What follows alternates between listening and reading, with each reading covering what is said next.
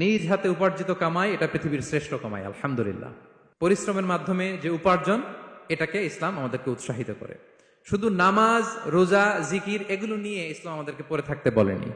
Quranic order হচ্ছে আপনার নামাজ শেষ, আপনি বেরিয়ে পড়বেন, কাজে বেরিয়ে যাবেন। ফাইদা কুদিয়াতিস সালাতু ফান্তাশিরু ফিল আরদি ওয়াবতাগু মিন ফাদলিল্লাহ। বিধানটা কার বলুন? আওয়াজ করে বলুন, বিধানটা কার? এটা কোরআনিক ভার্ডিক্ট, কোরআনের বিধান। নামাজ শেষ, গোল হয়ে বসে জিকির করতে বলা নাই আল্লাহ। আল্লাহ বলেছে ফান্তাশিরু ফিল আরদ ওয়াবতাগু মিন ফাদলিল্লাহ, জমিনে ছড়িয়ে পড়ো, আল্লাহ রিজিক তালাশ করো। নামাজ শেষ, বেরিয়ে যাবেন। কৃষক চলে যাবে মাঠে,